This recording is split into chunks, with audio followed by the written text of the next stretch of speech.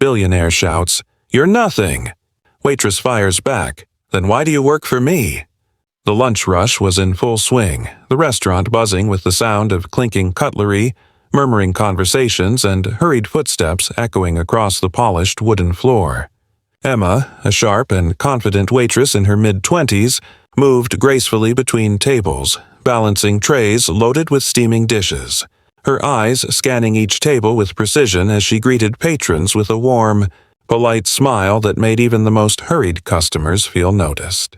At the center of the room, seated like a king surveying his court, was Jonathan Kane, the infamous billionaire known as much for his ruthless business empire as for his icy demeanor and sharp tongue. His tailored suit was immaculate, the kind of perfection that demanded attention, and his eyes were fixed on Emma as she approached, critical and piercing, as if every misstep she made could cost her her dignity and his amusement. As fate would have it, a napkin slipped from Emma's tray, fluttering to the floor, and in a flash of indignation, Jonathan barked, "You're nothing! How can someone so clumsy even survive in this world?" The words rang out, loud and sharp, cutting through the hum of conversation, and a ripple of tension spread across the room. Emma froze for a heartbeat, her hand gripping the edge of the tray, and took a deliberate, slow breath, her mind racing with the thousand ways she could respond. Yet her expression remained calm, unshaken, almost serene.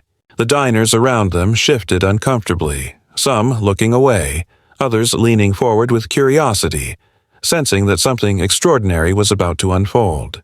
With measured composure, Emma bent down and retrieved the napkin, her movements precise and elegant, then looked up directly at Jonathan, her gaze steady and unwavering.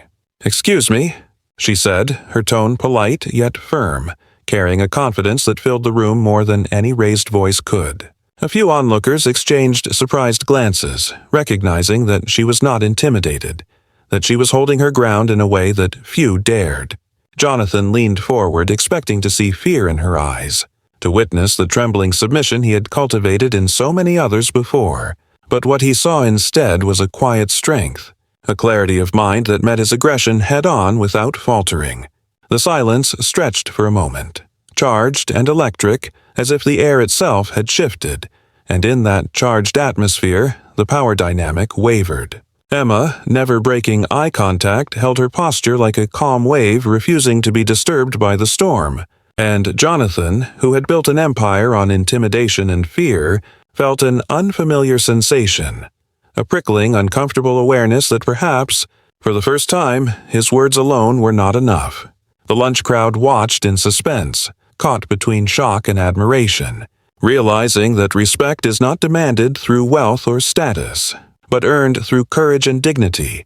And in that simple exchange, a waitress had silently reminded everyone present that even the richest and most powerful can be humbled by honesty and self-respect. Jonathan Kane's expression immediately hardened, his sharp jaw clenching as if the words he had just spat out were being spat back at him in a mirror, reflecting a truth he wasn't used to facing. His pride, carefully built over decades of ruthless deals, acquisitions, and power plays, was stung by the audacity of a young waitress daring to meet his gaze without a hint of fear or hesitation. "Do you know who I am? Do you even realize the influence I wield, the empire I control, the lives I can destroy with a single decision?" he bellowed, his voice echoing like thunder across the otherwise mundane restaurant, drawing startled glances from diners who had frozen mid-bite, forks suspended in mid-air, their conversations cut short by the palpable tension. Emma, standing with calm precision, placed her tray gently on the edge of a nearby table, her movements deliberate and composed, exuding a poise that contrasted sharply with Jonathan's aggressive energy, as if she were completely unaffected by the storm he was trying to conjure. She took a step closer, each movement measured and unhurried, her eyes locking onto his with a clarity and confidence that made it impossible to look away, her presence commanding attention without the need for volume or theatrics. "If I'm nothing," she said, her voice calm, deliberate, and crystal clear, carrying a weight far heavier than any of his booming threats, "then why do you work for me?" The silence that followed was immediate and suffocating, a sudden vacuum in which every diner, server, and even the kitchen staff seemed to hold their breath, collectively stunned by the audacity of the retort and the undeniable logic embedded in her words. Jonathan froze, the words he had perfected over years of intimidation suddenly faltering in his throat, twisting into ineffective echoes that fell flat against her unwavering courage. His eyes, once cold and calculating, flickered with a mixture of surprise, confusion, and something he rarely experienced: humility. He opened his mouth to respond, searching for the sharp, cutting reply that would regain control, but the words felt inadequate, hollow, unable to pierce the calm fortress of self-assurance that Emma had constructed with nothing more than honesty, wit, and the courage to speak the truth.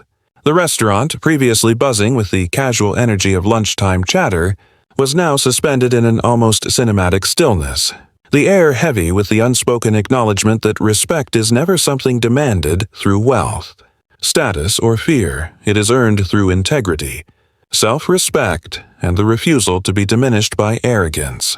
Patrons shifted in their seats, leaning forward with wide eyes, their curiosity mingled with awe as they silently witnessed a rare and beautiful moment.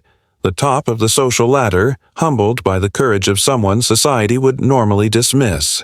The power dynamic irrevocably altered not by shouting nor by threats, but by a single, perfectly placed question that left Jonathan Kane facing the uncomfortable reality that his money could buy many things, but it could not buy dignity, nor could it command the respect of someone unwilling to be intimidated. Emma's words, simple yet profound, hung in the air like a quiet declaration of truth, echoing far beyond the confines of the restaurant walls, a testament to the idea that courage, intelligence, and integrity can level even the tallest towers of arrogance with nothing but the power of conviction. Jonathan Kane, a man who had spent decades mastering the art of intimidation and control, suddenly felt a twinge of something unfamiliar, a mix of anger, disbelief, and a creeping curiosity that gnawed at his usual confidence. He straightened his perfectly tailored suit jacket, the crisp fabric a reminder of the empire he had built through ruthlessness and precision. Yet no amount of tailoring or wealth could smooth the uneasy tension now settling in his chest. The words Emma had just spoken replayed in his mind, simple in their phrasing yet striking with the force of undeniable truth. You work here because you need us, just like everyone else. No amount of money makes you superior if you treat people like they're worthless. For a moment, he struggled to respond, his usual arsenal of sharp, cutting remarks and belittling comments seeming suddenly hollow and ineffective against the quiet yet piercing clarity in her voice. Emma stood with a calm, poised confidence that radiated through the room, her lips curved into a small, knowing smile, her posture relaxed yet commanding, and every movement she made reinforced the subtle power she wielded simply by refusing to be diminished. The staff, who had been cautiously observing the tense exchange, felt the shift immediately. The once untouchable billionaire, whose mere presence could send shivers down the spine of employees and patrons alike, now seemed human, fallible, uncertain, and, for the first time, confronted by honesty he could neither manipulate nor dismiss.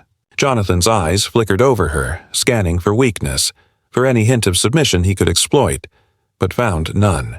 Instead, he saw someone unshaken, someone whose strength came not from wealth or status but from courage and self-respect, and it unsettled him in ways he could not articulate. He felt the rare and uncomfortable sting of humility, a sensation so foreign it made him hesitate mid-thought, leaving his usual domineering tone muted and his words caught somewhere between pride and confusion. Around them, the restaurant seemed to hold its breath, the normal clatter of cutlery and soft chatter of patrons fading into a quiet tension as diners sensed that something extraordinary had occurred. A subtle but unmistakable overturning of power, where the loudest voice and the deepest pockets could not command the room against integrity and courage. Emma, sensing the moment was hers, returned to her duties with seamless grace, her movements deliberate, her eyes calm, each step reinforcing the quiet authority she now held over the situation. Jonathan, meanwhile, sat frozen for a heartbeat longer than he cared to admit, staring at his untouched meal, the weight of her words settling over him like a mirror reflecting a truth he could not ignore. no amount of money could buy respect. No empire could instill dignity, and no intimidation could replace the simple yet profound strength of honesty and self-assurance. In that charged, fleeting moment, the dynamics of power had shifted, not with force or anger, but with the quiet yet undeniable impact of courage, intelligence, and the refusal to bow to arrogance, leaving Jonathan Kane for once a man humbled by a waitress who saw him clearly and spoke nothing but the truth. By the time the lunch service began winding down, the restaurant had settled into a quieter rhythm, the earlier tension lingering like a faint electric hum in the air, and whispers began circulating among the diners about the confrontation that had just unfolded between Jonathan Kane, the billionaire known for his unyielding arrogance, and Emma, the young waitress who had dared to stand her ground without flinching. Her colleagues, who had been watching the entire exchange from a respectful distance, approached her cautiously at first, their eyes wide with a mixture of admiration and disbelief. Some lowering their voices to murmur congratulations, while others allowed themselves the luxury of soft, appreciative claps, acknowledging the quiet courage and razor-sharp wit that had completely unsettled a man used to commanding fear rather than respect. Emma, however, received the attention with a serene smile, graceful and understated, as if the act of asserting herself had been nothing extraordinary, merely the natural response of someone who understood the value of dignity, self-respect, and measured strength. And she continued her work with the same fluid ease, taking orders, delivering dishes, and moving through the space with an effortless command that spoke volumes about her character and composure. Jonathan Kane, on the other hand, sat at his table in a rare state of silence, staring down at his untouched meal, a subtle tension etched into his normally unshakable posture, his mind turning over the unexpected lesson he had just received. For the first time in years, he had realized that wealth, power, and status could command attention, but they could not compel respect, and that even someone society might typically overlook could possess the intelligence, courage, and moral clarity to challenge and humble a man like him. As he reflected on the encounter, he found himself confronting an uncomfortable truth, that all the influence in the world could not replace the quiet authority born of honesty, integrity, and the courage to speak truth to power.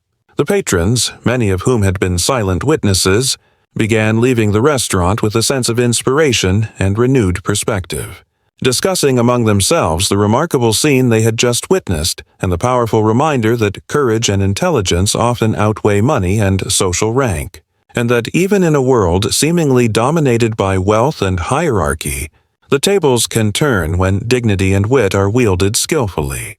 Emma, moving with her usual poise, collected the final trays and straightened her apron, her head held high, radiating the quiet confidence of someone who understood her own worth.